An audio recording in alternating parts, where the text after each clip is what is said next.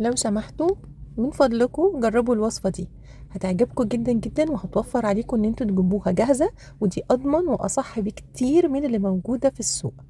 بودرة السوبيا مفيش حد ما بيحبهاش، واحنا بقى داخلين على رمضان وتقريبا بنبقى عايشين على العصاير دي. جربوا ان انتوا تعملوا البودرة دي في البيت وصدقوني مش هتشتروها تاني. اول حاجة احنا محتاجين مقدار متساوي من سكر البودرة ولبن البودرة.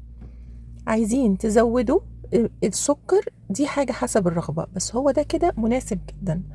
وهنحتاج معلقتين كبار من الكريم شانتيه. انا كنت قبل كده قلت بلاش نحطه، بس لا هيفرق لانه بيدي الطعم والرغوة اللي الكل بيحبها.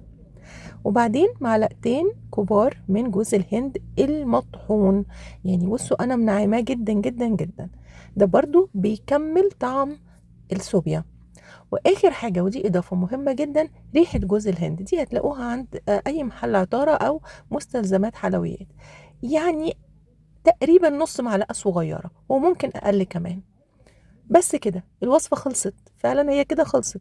هنقلب كل ده كويس جدا جدا ونشو نتأكد ان مفيش اي تكتلات، وهنطحنه كمان علشان يبقى بودرة ناعمة تماما تماما ما فيهاش اي حاجة، ويكون كمان كل المكونات اتوزعت مع بعضها.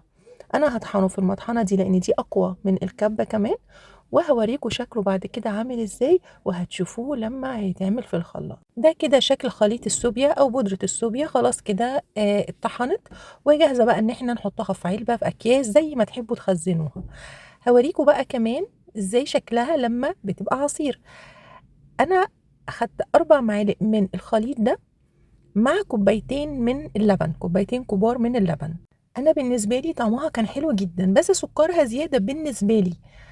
تمام، لان انا باخد سكر قليل، فممكن نزود عدد اللبن، عدد كوبايات اللبن. ممكن نقلل ال4 معالق، فدي بقى حاجة حسب ما انتوا بتحبوا تعاملوا معاها، كأنكم جايبين بودرة جاهزة بالظبط، لكن ما تزودوش سكر.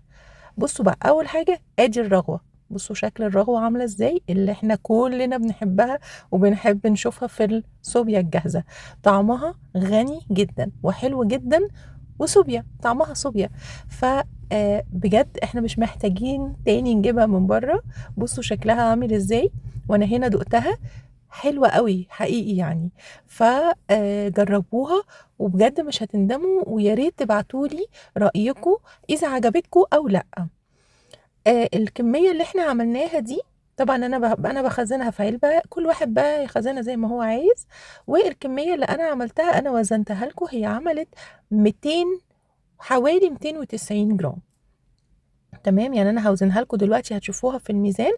الكميه دي 225 بعد ما شلت ال4 معالق، فلما حسبتها حوالي 290 جرام.